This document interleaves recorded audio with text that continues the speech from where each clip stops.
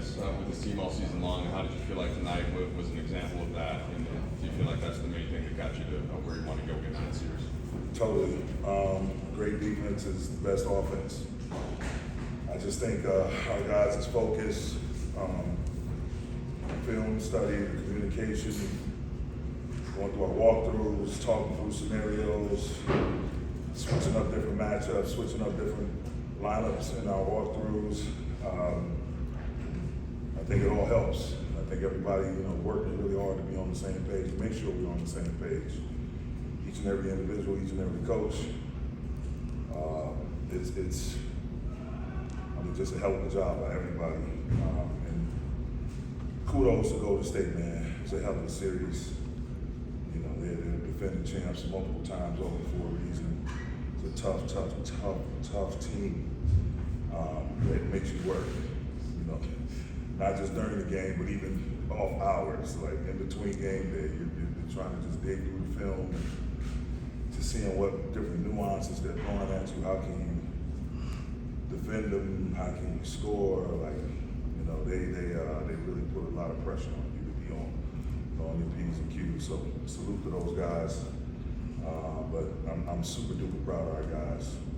The players, the coaches, Rob, Jeannie. I'm so happy for the entire organization to be able to sit here and be in this position. A challenging year to say the least, but at the end of the day, we kept powering through. Our vibes stayed positive.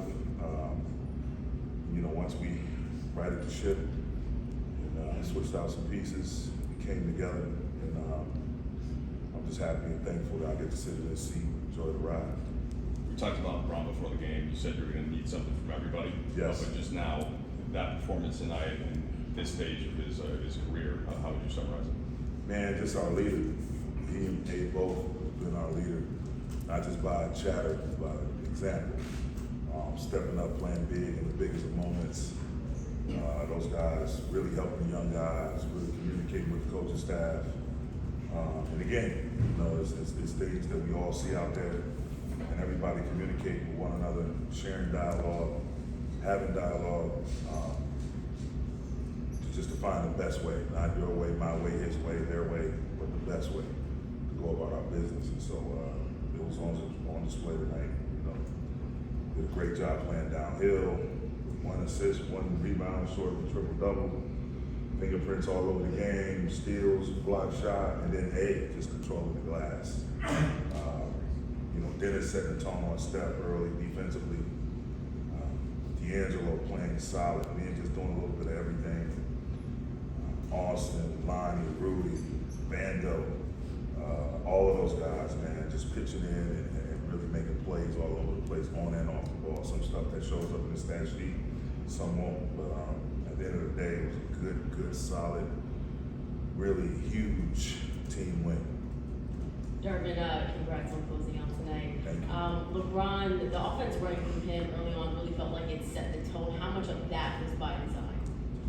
A lot. We wanted to put pressure on Steph and Clay and Jordan to have to guard, defend, multiple actions.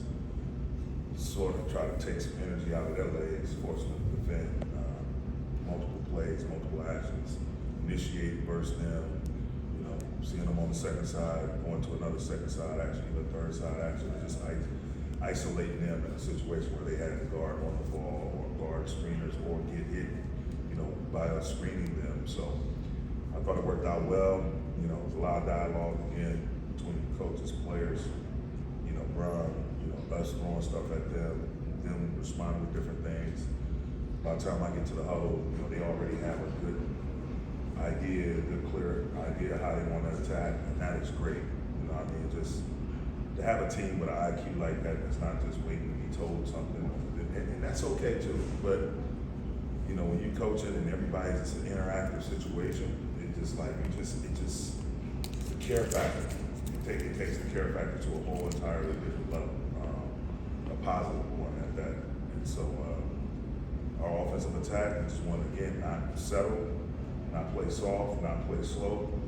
We want to really just go downhill, live in the paint, and I think you saw that from our amount of free throws we took. We just stayed aggressive. Darvin over here. I hate to spin your head, but I will. What's the like game plan for Jokic, and what have you thought about the way he's played in the playoffs so far? BT, if you're around on Sunday, I will let you know. I'm not gonna push the fast forward button on me that fast. We already know that monster in the Rocky Mountains that's waiting on us. But we're gonna take it. Is it okay if we enjoy this one tonight? Do Yes, you mind? can. Yes, you can, dog. I appreciate you. Nice suit, by the way. Hey, No more Denver questions, please. I'm just joking. Two for you. Austin's shot at the end of the first half, as they've shown the ability to close in flashes. How important was that shot, do you think, for this team? And then secondly, after you guys beat Memphis, LeBron sat in that locker room and talked about the levels and how each level was going to get harder. Did you see your team soak that message in tonight, especially in the way that they never really let Golden State come all the way back or really make it close? Absolutely. Austin's shot was a huge shot in the arm for us to take the lead back to double digits. And I was already pissed at him because I felt like he turned down some good looks, on catch. They close out with him a lot, close out to him a lot with their hands down the defense. I feel like he's one of those guys I just want to shoot it every time he touches the ball when he's open. So he had turned down a couple. I think one of them ended up in a turnover, and then for him to knock that down again, take the lead back to 10 points. I think it was a 10-point lead at halftime. It was great, and then you just saw the focus with some clips at halftime. Looking at trying to get better on the defensive glass was one of the main priorities, and also continuing to play down here, not to settle, not to let the first 24 minutes go to waste. And so guys came out with a focus, and it was great. What was the second part of the question again? I'm sorry. What LeBron said after the. Oh yeah. And was the message similar? Yes, indeed. Yes, indeed. Right on point. We surpassed level 1 against Memphis. Now we surpassed level 2 against Golden State, and now level 3 is, it's going to be a hell of a challenge. We're going to enjoy this one tonight. Take some time, get our thoughts together, recharge the battery tomorrow, and then really come ready to work on Sunday. Putting together a game plan which we've already started the process on. I just think this is what the league is about. Fewer teams, the tougher the matchups, the more skilled players. Talk about two-time MVP, well-balanced squad, hungry, great synergy, great chemistry, great ability, athleticism, shooting, all of the above. So we're gonna have our work cut out for us, but they gotta guard us too. And so we'll do our due diligence as we always do, and just be prepared for game 1. But right now we're gonna soak all of this in and try to enjoy this tonight. Fill our cups back up tomorrow and be ready to go back to work on Sunday. Derek.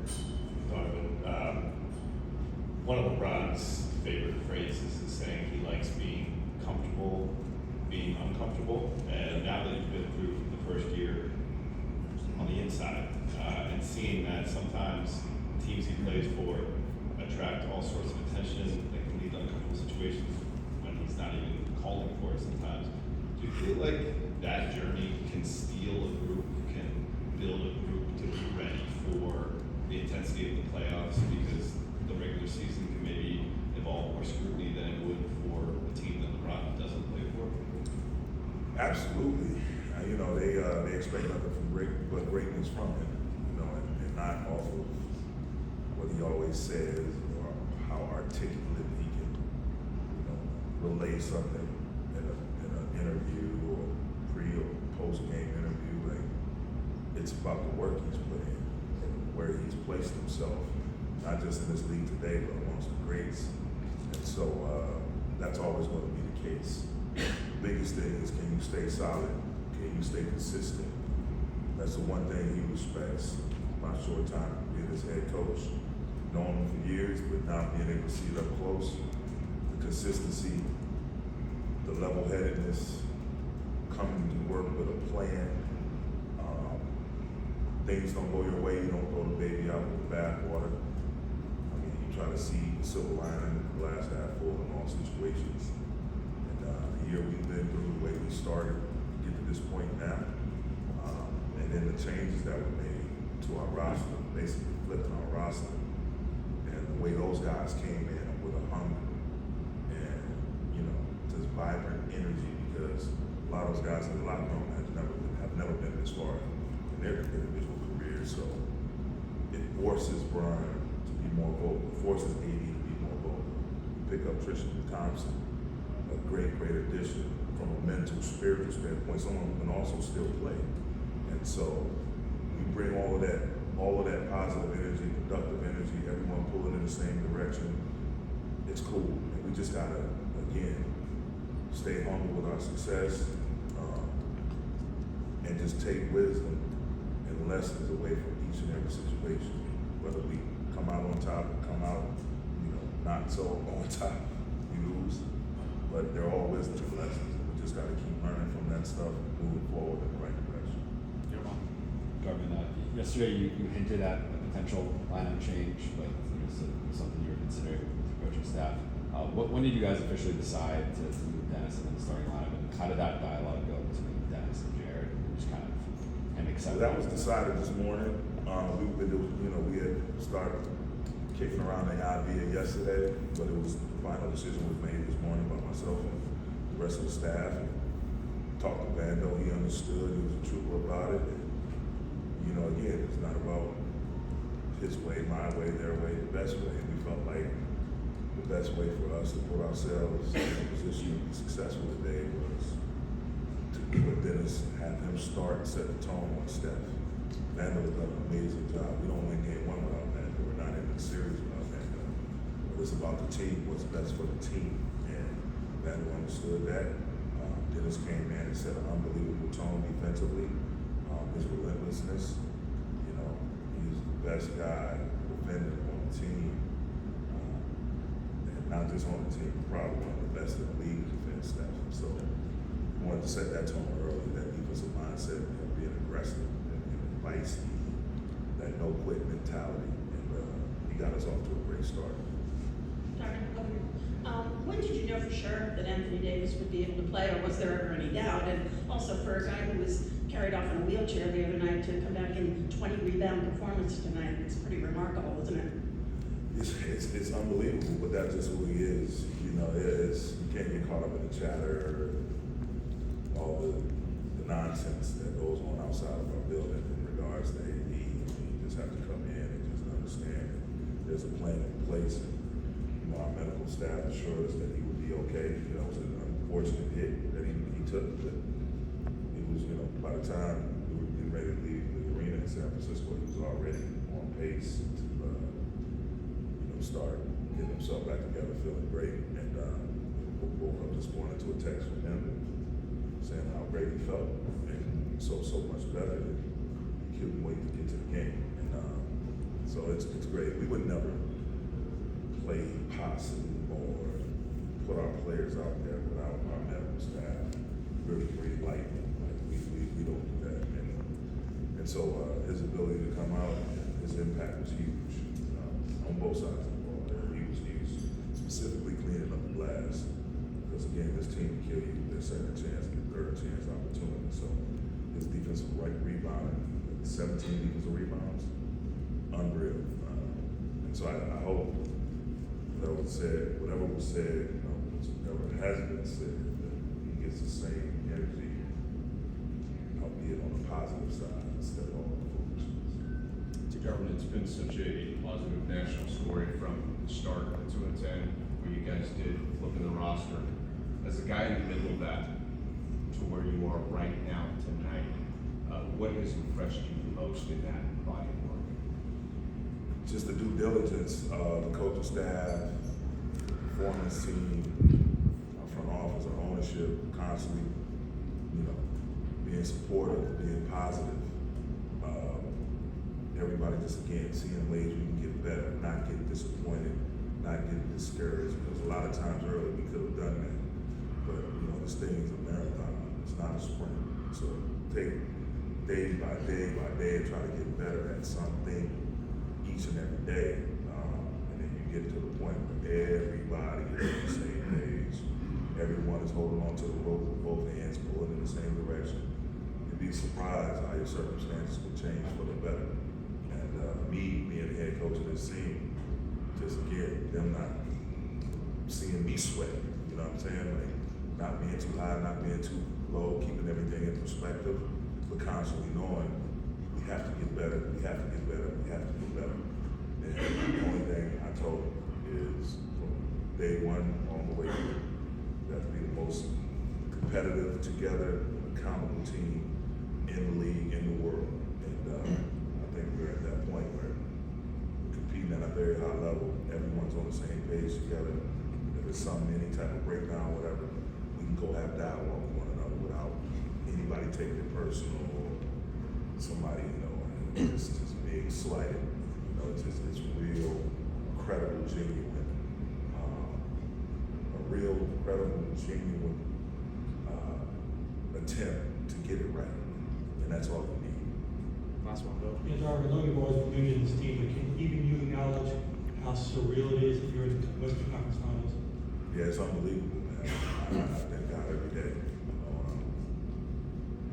it's been a hell of a ride. I hope it never ends. It's we just have to take it day by day and be in the moment. You know, we got past two really phenomenal teams. Somewhat being world champions 4 times over. And now we're stepping into another round. Ron said, everybody says in the locker room, level 3. So now we got to take our focus, our awareness up a level. And there's only 14, will only be 4 teams left. But I'm enjoying it. I don't let anything stress me out. It's fun. It's basketball. And I'm really, really having fun coaching this team and representing this organization. Thanks, Coach.